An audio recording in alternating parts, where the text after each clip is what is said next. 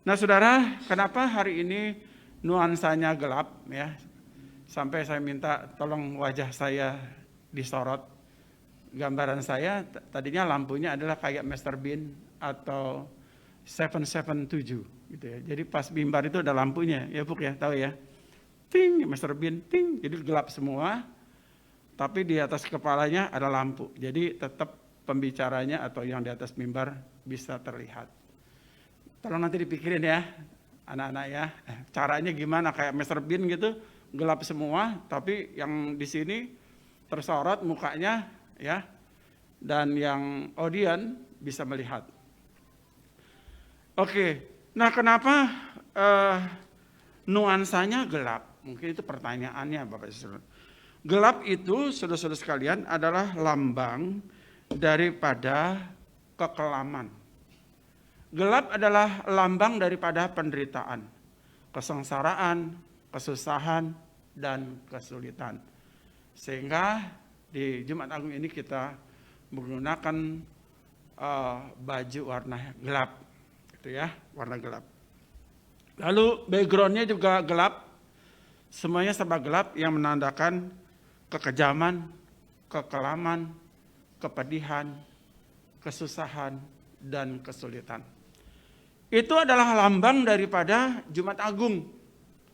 Kita mencoba Bapak Saudara sekalian merasakan suasana emosi pada waktu 2000 tahun yang lalu, saudara, saat dimana dimulai, saya ingat khotbahnya di Hosana Hosana, waktu Tuhan Yesus mau masuk ke Yerusalem, mereka memuji Yesus dengan melemparkan jubah mereka, dan Yesus naik keledai. Mereka berkata, Hosana, Hosana, diberkatilah Raja yang datang, dan seterusnya, yang artinya sangat luas sekali. Dan kemudian dilanjutkan saudara dengan perjamuan akhir. Kalau saya memimpin perjamuan, saudara mungkin memperhatikan bahwa itu adalah perjamuan terakhir Tuhan Yesus bersama-sama dengan murid-muridnya, ya, dan di mana Tuhan Yesus akan segera diserahkan. Dan kemudian kemungkinan itu di hari Kamis atau di hari Kamis begitu ya. Nah, Kamis malamnya dini hari, Yesus berdoa di Taman Getsemani. Di Taman Getsemani Tuhan Yesus berdoa di situ dan membawa 3 pentolan murid. Ya. Membawa pentolan murid pimpinan-pimpinan. Tuhan Yesus meminta kepada mereka untuk berdoa. Tapi apa? Mereka tertidur. Dan Yesus berdoa 3 kali dan doa yang sama. Ya Bapa, jikalau boleh cawan ini berlalu daripadaku, tapi bukan kehendakku yang jadi. Dan dia merasakan seperti mau mati rasanya. Kamis dini hari menjelang Jumat. Dan subuh itu Tuhan Yesus diberi tanda oleh Yudas dengan ciuman mautnya. Memberi tanda kepada orang-orang Romawi dan tua-tua agama Yahudi. Inilah orang yang harus kamu tangkap. Di subuh pagi. Setelah itu Tuhan Yesus ya dibawa ke Kayafas, dibawa ke Herodes, dan kemudian bertemu dengan Pilatus dan sebagainya. Saudara sekalian, disesah dan seterusnya. Sebentar kita akan baca ayatnya. Dan saya akan singkatkan saja bahwa sampailah pada jam 12 Yesus disalibkan. Dan selama jam 12 sampai jam 3 sore, keadaan penuh dengan kegelapan. Ini yang saya maksudkan. Kenapa nuansanya gelap? Karena dari jam 12 sampai jam 3 sore, sampai Tuhan Yesus mengatakan, Eli, Eli, lama sabatani. Tetelestai, ada 7 kata salib. Sudah selesai. Itu sampai jam 3, kegelapan menutupi bumi. Kenapa bumi gelap, Bapak Ibu sekalian? Oleh karena di situ Sang Mesias, Tuhan Yesus Kristus mengalahkan kuasa kegelapan, mengalahkan segala dosa-dosa untuk memberikan keselamatan untuk saudara dan saya. Selanjutnya saudara tadi diminta untuk mencucukkan bunga kemboja. Bunga kemboja itu adalah biasa dipakai di kuburan, ya, dan ditanam di kuburan, mengingatkan bau kematian. Lalu saudara diminta menyucukkan bunga kemboja pada salib ini. Sebenarnya ingin memberikan sinyal kepada Bapak Ibu Saudara sekalian bahwa Anda semua yang hadir di sini termasuk saya andil di dalam melukai Tuhan Yesus. Kapan Anda melukai Tuhan Yesus? Saat Anda dan saya berbuat dosa. Firman Tuhan berkata, Dia yang tiada berdosa menjadi berdosa oleh karena dosa Anda dan saya, kita semua dipikulnya. Sehingga Dia berdosa oleh karena dosa kita ditanggungnya. Dia yang tiada berdosa. Saat saudara mencucukkan bunga kemboja tadi di situ saudara sekalian, mungkin Anda belum berpikir, tapi sebenarnya pada waktu Anda mencucukkan, Anda sedang berkata bahwa dalam penderitaan Tuhan di atas kayu salib, saya turut ada di sana berdosa. Berapa banyak kita mencucukkan itu? Artinya berapa banyak kita berbuat dosa selama hidup saudara sekalian? Sebanyak itu pula kita mencucukkan duri itu pada tubuh Tuhan. Saya ingin memberikan sedikit latar belakang kenapa gelap, kenapa mencucukkan dan lain sebagainya. Inilah bagian-bagian yang terjadi, yang ingin saudara sekalian diekspresikan, akan diangkat peristiwa 2000 tahun yang lalu kita angkat hari ini.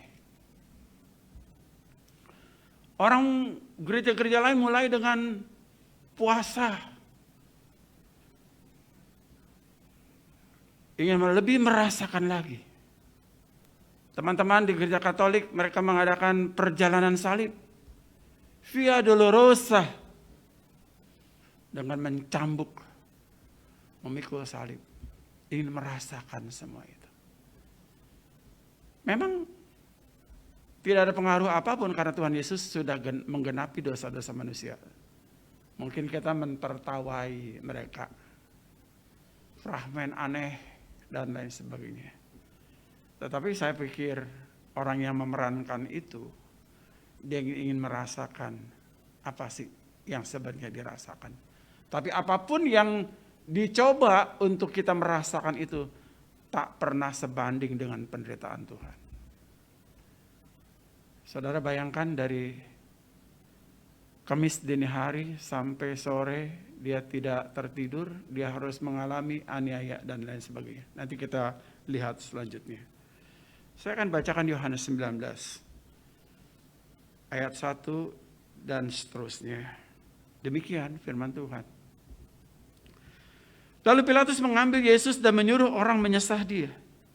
Prajurit-prajurit menganyam sebuah mahkota duri dan menaruhnya di atas kepalanya. Mereka memakaikan dia jubah ungu dan sambil maju ke depan mereka berkata, "Salam hai Raja orang Yahudi." Lalu mereka menampar mukanya. Pilatus keluar lagi dan berkata kepada mereka, "Lihat, aku membawa dia keluar kepada kamu supaya kamu tahu bahwa aku tidak mendapati kesalahan apapun padanya."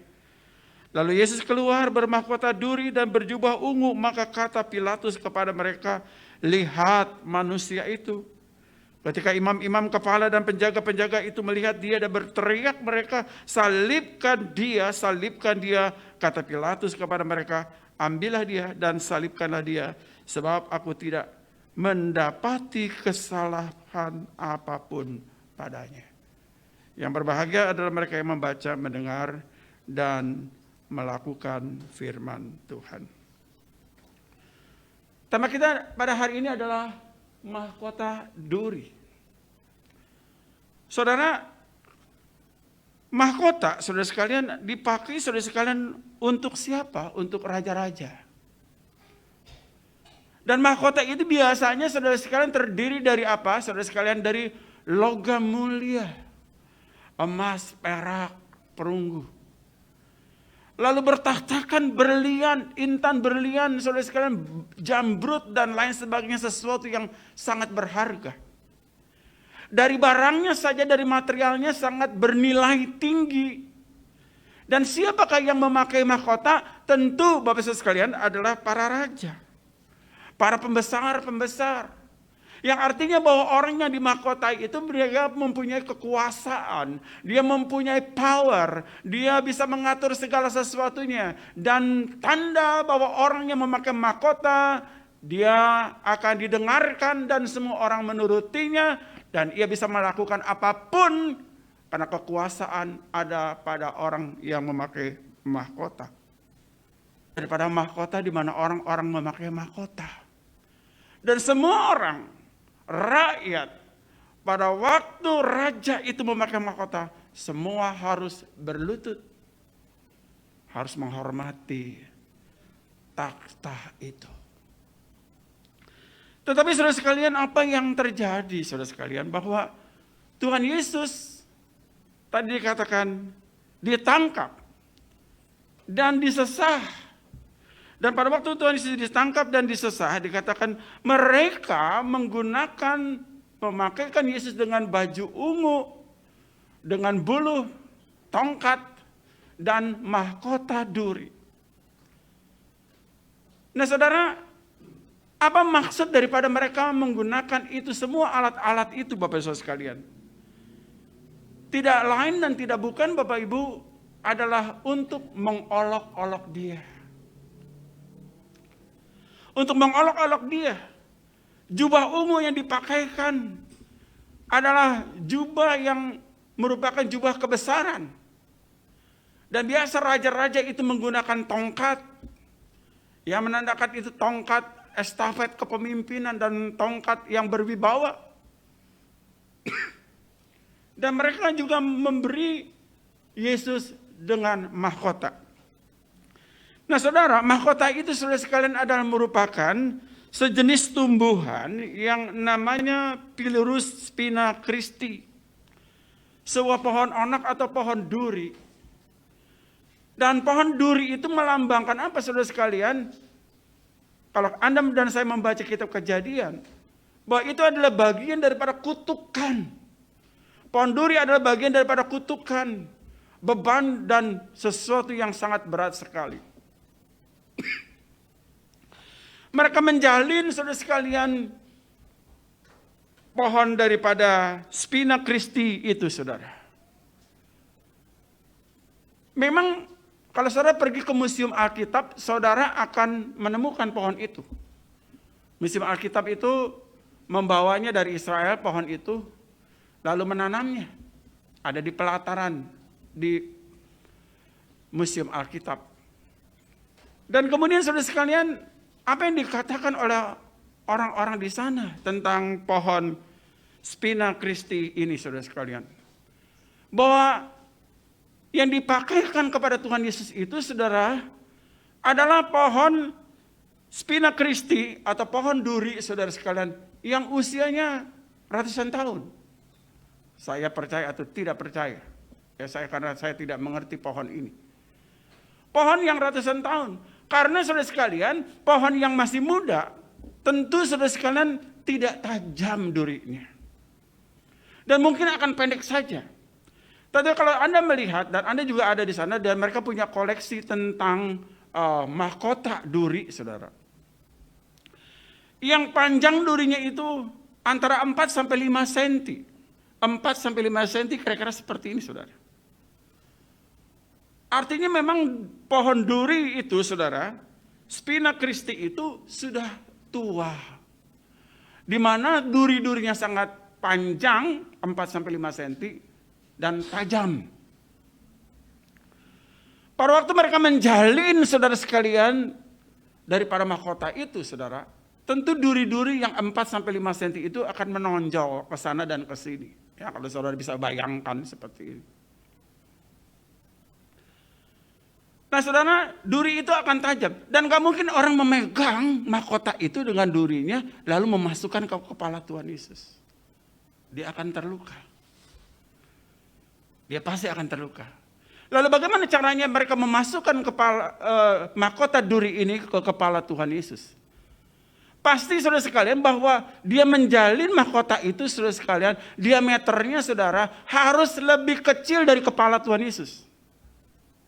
Kenapa demikian? Karena diameter itu kalau dia lebih kecil, saudara sekalian, dia akan mudah masuk dan bisa dipaksa. Tetapi kalau diameternya longgar, ya tidak akan mungkin masuk di kepala Tuhan Yesus. Mungkin akan jatuh di leher kalau dia longgar. Untuk itu dibuat sedemikian sempit, ya, diameter yang lebih sempit, lebih kecil lubangnya itu, lingkarannya dari kepala Tuhan Yesus, supaya dia bisa nangkring di atas kepalanya. Dan bagaimana memasukkan mahkota duri itu, saudara sekalian, tentu tidak dengan tangan. Ya, mereka mengangkatnya, lalu memasukkannya dengan tongkat, memukulnya dengan tongkat. Nah, saudara bisa bayangkan bagaimana duri yang 4 sampai 5 cm itu yang tajamnya ke sana ke sini dan tidak beraturan. Pada waktu dimasukkan ke kepala Tuhan Yesus dan mereka memaksa dengan tongkat memasukkan mahkota duri itu ke kepala Tuhan Yesus, kira-kira apa yang terjadi? Apa yang terjadi? Saudara, memang siksaan yang diberikan ke orang-orang Romawi pada waktu itu, saudara sekalian, adalah untuk membunuh Yesus dengan berlahan-lahan. Kalau saja, saudara sekalian, Yesus itu dibunuh dengan pancung, itu mungkin tidak berlama-lama langsung mati, selesai dan tidak mengalami sakit. Kematian, saudara sekalian, yang oleh karena mahkota duri dan salib, saudara sekalian, itu adalah kematian yang diciptakan secara sadis, saudara. Untuk apa, saudara? Supaya mati berlahan-lahan. Supaya mati berlahan-lahan. Mereka tidak ingin Yesus mati cepat-cepat. Kenapa demikian, saudara sekalian? Karena mereka, saudara sekalian, ingin memang mengolok-olok Tuhan Yesus. Yesus itu dijadikan mainan oleh mereka. Untuk dipermalukan. Untuk ditonton oleh banyak orang. Yesus dijadikan mainan. Saudara, ada permainan yang mereka buat dalam Lukas 22, 63 sampai 64, saudara sekalian, dalam Lukas 22 itu. Di mana Yesus ditaruh di kepalanya itu, saudara sekalian, sebuah kain. Ya, ada kain ditaruh. Lalu mereka memukul Yesus. Dan pada waktu mereka memukul Yesus, pada waktu mukanya ditutupi, matanya ditutupi, dan mereka memukul Yesus. Lalu mereka mulai mengejek begini, saudara.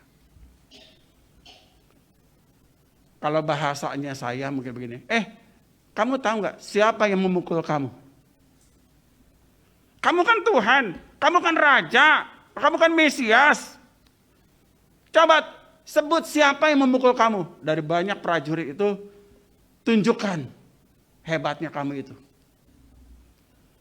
Saudara, apakah Tuhan Yesus tidak tahu? Dia tahu. Tapi apakah Tuhan Yesus, saudara sekalian, ingin menjawabnya? Tidak. Ini permainan yang konyol. Ini biadab, Bapak Ibu sekalian. Sangat biadab. Kurang ajar. Kalau saya menggunakan istilah agak ekstrim seperti itu. Ya. Sangat biadab. Mereka itu dikatakan mereka adalah para tua-tua Yahudi, orang-orang yang punya agama, yang beragama. Yahudi, dan lain sebagainya.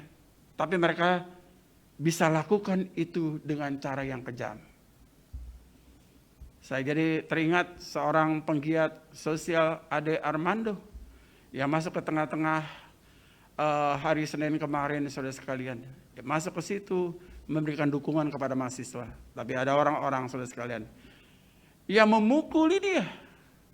Ada orang mengatakan Ade Armando dapat 4B. Bogem, benjol, bonyok, bugil. Sampai ditelanjangi. Mereka adalah orang-orang yang beretika, mereka adalah orang yang bermoral, mereka adalah orang yang beragama. Pada waktu saya dengar itu, saya sedang mempersiapkan khotbah ini, saudara sekalian. Saya pikir Tuhan Yesus jauh lebih berat daripada Ade Armando. Tak bisa dibayangkan. Kalau kita melihat Ade Armando, saya susah begitu menderitanya dia saudara sekalian. Entah dia salahnya apa kita tidak tahu, saudara sekalian. Tetapi kalau memang dia bersalah, apakah kita punya hak, saudara sekalian, mengadili orang? Notabene kita punya etika, kita punya moral, kita punya budaya, kita punya agama. Kita telah berubah menjadi monster. Mereka juga adalah berubah menjadi monster, Bapak Saudara sekalian. Bukankah saudara sekalian kita dengar bagaimana orang-orang itu dan ibu ini berkhotbah, saudara sekalian, bagaimana mereka berteriak Hosana, Hosana, Hosana. Tetapi orang yang sama berkata, salibkan dia, salibkan dia. Kita seringkali berubah menjadi monster, Bapak Saudara sekalian. Kita melupakan bahwa kita punya etika, kita punya agama, kita punya moral. Kita tahu tentang baik dan buruk. Tetapi kita seringkali pada waktu kita marah, saudara sekalian. Pada waktu kita benci, saudara sekalian. Pada waktu kita dikhianati. Pada waktu kita, saudara sekalian, diolok-olok, saudara sekalian. Kita berubah menjadi monster. Yesus diolok-olok. Ditutup kepalanya, dipukul. Lalu mereka mengatakan, ayo sebutkan siapa yang mukul dari antara kami semua. Ya saya bilang, wajahnya begitu buruk sekali. Wajah Tuhan Yesus. Tentang dosanya kah? Tidak. Kesalahannya kah? Tidak. Tapi dosa Anda dan saya. Tidak berhenti sampai di situ, saudara-saudara, bagaimana dikatakan dia ditampar. Dia ditampar, saudara-saudara. Tamparan itu mungkin tidak terlalu menyakitkan, tetapi saudara-saudara itu sesuatu yang sangat memalukan. Kalau Anda dipermalukan, mungkin Anda akan ingat seumur hidup. Anda akan dendam dan akan marah, akan membalas. Bahkan kita berkata, orang berbuat baik kepada saya akan lebih 100 kali berbuat baik. Tapi orang berbuat jahat kepada saya lebih jahat dari dia. Ada orang bangga kayak gitu. Kalau ada orang baik, saya akan lebih baik dari dia. Kalau ada orang jahat sama saya lebih jahat dari dia. Itu bangga. Orang berkata demikian. Aneh menurut saya. Kalau ada orang baik sama kita, lebih baik dari kita, kita mensyukuri. Haleluya, puji Tuhan. Ada Allah pada dia. Tapi kalau ada orang jahat sama kita, kita harus mengampuni dia. Karena kita pun tidak lebih jahat dari dia. Kecuali Tuhan. Tuhan Yesus yang mengampuni dosa-dosa kami. Kita semua di hari Jumat Agung. Mengapa kita tidak bisa mengampuni orang yang bersalah dengan kita? Dan harus dibalas. Nyawa dibalas dengan nyawa. Darah harus dibayar dengan darah. Itu yang terjadi. Ia ditampar. Bukan tamparannya sekali yang menyakitkan. Tetapi itu yang membuat Yesus dipermalukan. Dan kemudian dia diludahi. Siapa di antara saudara dan saya, saudara sekalian, yang mau diludahi? Ya, diludahi. Sebenarnya air ludah itu seberapa sih kotornya, seberapa sih menjijikannya? Mungkin nggak terlalu, setelah itu kita cuci selesai itu, saudara sekalian. Tapi apa yang dilakukan orang kalau orang meludahi kita, itu ejekan, hinaan, perendahan, yang demikian tidak bisa, saudara sekalian, kita mudah mengampuninya. Hari Jumat Agung ini saudara sekalian adalah hari di mana kita merekonsiliasi dengan Tuhan dan sesama kita. Kalau ada dendam, ada marah, ada benci, kita harus selesai. Tuhan Yesus saudara sekalian dapat mengampuni dia yang meludahi dia. Ludah ada sesuatu yang sangat menjijikkan. Dan Yesus bukan saja mengalami luka fisik, tapi ludah itu adalah melukai saudara sekalian perasaan batin. Karena itu adalah perendahan, pengejekan. Diludahi dan kemudian diberi jubah ungu. Diberikan jubah ungu bukan untuk menghormati dia sambil mereka menundukkan kepala dan pura-pura berkata hormat, hai raja orang Yahudi. Tapi tidak dengan hati. Hanya mulut. Dan mulut itu adalah mengejek Tuhan. Berapa banyak orang saudara sekalian tidak menyembah Tuhan dengan hati. Berapa banyak orang menyembah Tuhan. Engkau Tuhan tapi tidak ada Tuhan. Engkau Allah tapi tidak ada Allah. Yesus saudara sekalian diberikan jubah ungu, saudara dipakaikan dan diberikan tongkat dan juga buluh. Dan bukan saja berhenti di situ, saudara sekalian kita tahu bagaimana Tuhan Yesus dijual dengan 30 keping uang perak. Terlalu murah sebuah nyawa dengan 30 keping uang perak. Muridnya sendiri, orang dalam. Yang paling menyakitkan saudara sekalian apabila kita disakiti oleh orang yang terdekat dengan kita. Kalau orang jauh menyakiti kita, mungkin kita mengatakan, ya orang jauh tidak mengenal saya dan saya tidak pernah melakukan sesuatu yang baik untuk dia. Ya mungkin kita tidak terlalu sakit hati. Tapi orang yang dekat dengan kita, saudara sekalian, mencelakakan kita, bahkan menjual kita, saudara sekalian. Itu adalah sesuatu yang sangat sulit buat kita mungkin mengampuni. Tetapi Tuhan, Yesus bisa menerima itu, Bapak saudara sekalian. 30 keping uang perak, saudara sekalian, satu perak itu kurang lebih 1 dinar. Dan 1 dinar itu adalah kurang lebih harga buruh bekerja sehari. Kalau satu hari misalnya UMR-nya 2 juta, saudara sekalian, kali 30, saudara, berapa?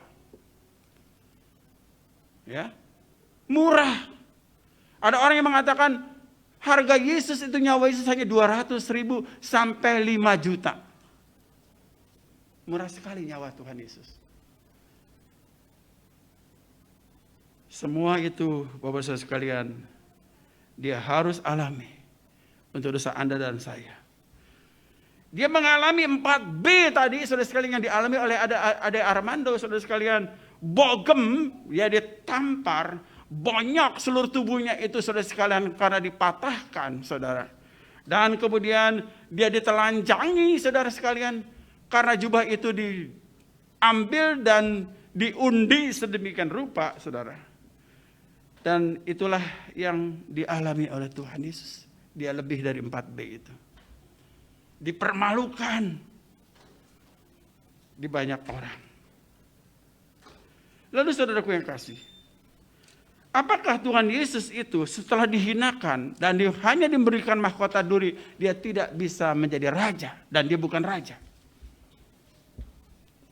Saudara, kalau kita melihat bagaimana orang Majus dari timur, saudara sekalian, datang mencari bayi Yesus. Dia bertanya kepada banyak orang, bahkan kepada Herodes. Dia bertanya, di manakah raja yang lahir itu?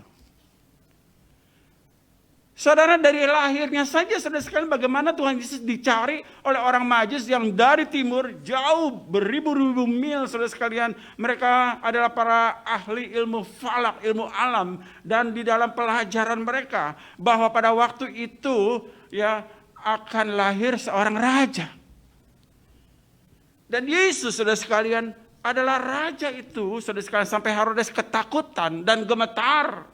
Raja mana lagi selain saya? Tentunya raja, nggak boleh ada raja yang lain. Itu sebabnya dia membunuh semua bayi-bayi. Bukti saudara sekalian bahwa kehinaan yang dilakukan oleh orang-orang Yahudi pada waktu itu tidak mengubah bahwa Yesus adalah Raja. Saya ingin mengatakan kepada saudara sekalian bahwa Yesus adalah Raja. Dan kita melihat juga Bapak Saudara sekalian bagaimana saudara Yesus dikatakan oleh Mazmur 72 ayat 11. Kiranya semua raja sujud menyembah kepadanya dan segala bangsa menjadi hambanya. Jelas pemazmur pun mengatakan bahwa raja-raja di kolong langit ini saudara sekalian akan sujud menyembah kepadanya, kepada Tuhan Yesus Kristus. Artinya apa? Dia raja segala raja, meskipun tadi dihinakan, dia tetap raja segala raja. Ratu Inggris katanya pada waktu dia mau berdoa, dia harus mencopot mahkotanya. Ratu Inggris adalah raja yang hebat. Semua orang dunia ini sangat menghormati. Tetapi pada waktu dia bertemu dengan Tuhan Yesus, dia tahu dia bukan raja apa-apa. Ada raja, segala raja yang disembahnya, yaitu Tuhan Yesus. Saya ingin menutupnya, saudara sekalian, khotbah ini dengan mengatakan hal seperti ini, saudara. Mahkota duri itu, saudara sekalian, telah diubahnya menjadi mahkota sungguhan.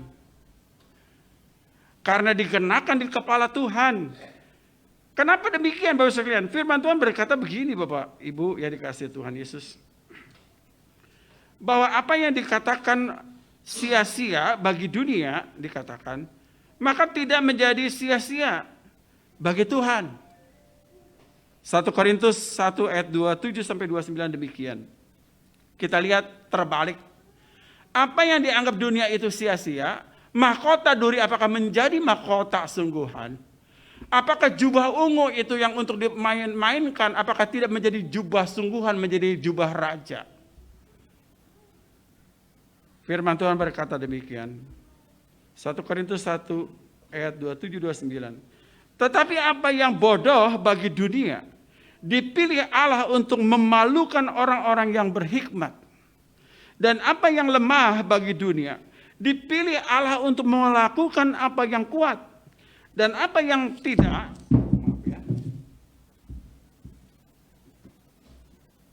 saya ulangi ya.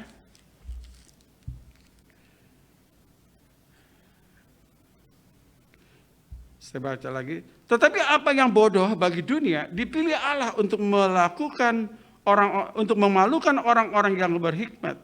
Dan apa yang lemah bagi dunia, dipilih Allah untuk melakukan apa yang kuat.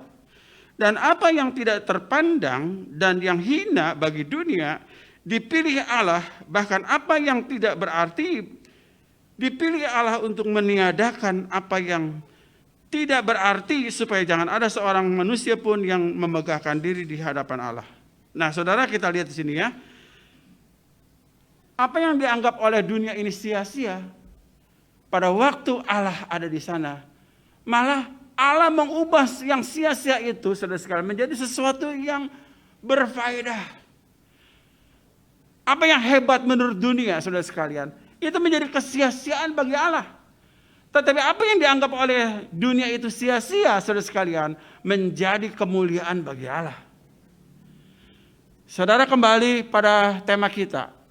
Mahkota duri ini adalah untuk ejekan, untuk hinaan, saudara sekalian. Dan itu adalah pandangan dunia. Tetapi itu menggenapi, Bapak Ibu, bahwa Yesus adalah Raja yang perlu mahkota itu. Dan mahkota duri itu, saudara sekalian, telah berubah menjadi mahkota kemenangan.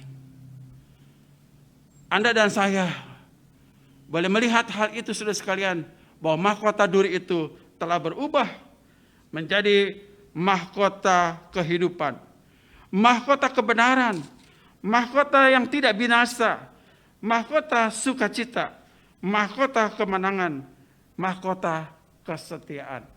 Dan dari 7 mahkota itu, Bapak Ibu sekalian, Anda dan saya, apabila kita setia dengan firman Tuhan, Anda juga akan memakai 7 mahkota itu. Amin. Mari kita tundukkan kepala, kita berdoa. Mari kita renungkan firman Tuhan. Ini bukan Jumat biasa saja. Kenapa dikatakan Jumat Agung? Agung artinya sesuatu yang luar biasa. Apakah Jumat ini sama dengan Jumat-Jumat yang lain? Harinya sama. Kegiatannya sama. Tetapi setiap 1 tahun, Jumat ini menjadi berbeda. Karena Jumat ini adalah Jumat di mana kita mengenang kesengsaraan Tuhan Yesus. Dari jam 12 sampai jam 3 siang, langit bumi menjadi gelap gulita. Di sana Tuhanku, Yesus Kristus, tergantung di atas kayu salib. Sahabat-sahabatnya meninggalkan dia. Teman-temannya meninggalkan dia. Murid-murid meninggalkan dia. Bahkan Tuhan Allah Bapa pun meninggalkan dia. Ia harus sendirian menghadapi semua itu dan menanggung dosa-dosa kita semua yang percaya. Semuanya itu terjadi oleh karena menggenapi bahwa Mesias harus menanggung derita untuk memberikan pengampunan dosa. Saudara, di Jumat Agung ini, apa yang ingin saudara katakan? Bagaimana saat saudara mencucukkan duri sesuatu yang tajam pada salib Yesus? Bahwa sesungguhnya melambangkan Anda turut serta menaruh dosa pada penderitaan Kristus. Tiap kali Anda berdosa, Anda melukai salib itu. Tiap kali Anda berdosa, kembali lagi Anda melukai salib itu.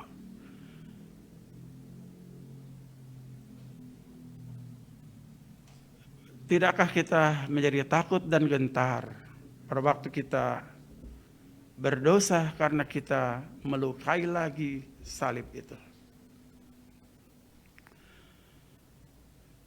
Jangan ada berubah seperti mereka yang berkata Hosana, Hosana, tetapi mereka juga yang mengatakan salibkan dia. Ingat, Tuhan Yesus itu dicemooh, diejek, dipermainkan. Dan dia mengalami bukan saja siksaan fisik, tapi siksaan batin dialaminya. Sekarang ada waktu saudara tenang, berdoalah secara pribadi kepada Tuhan Yesus. Mungkin ada yang mau mengaku dosa. Mungkin ada yang mau memperbaiki diri. Ada yang mau janji setia. Ada yang mau janji mau lebih lagi mengasihi Tuhan. Turut serta di dalam penderitaan Tuhan. Dengan melayani Tuhan lebih sungguh dan lebih heran.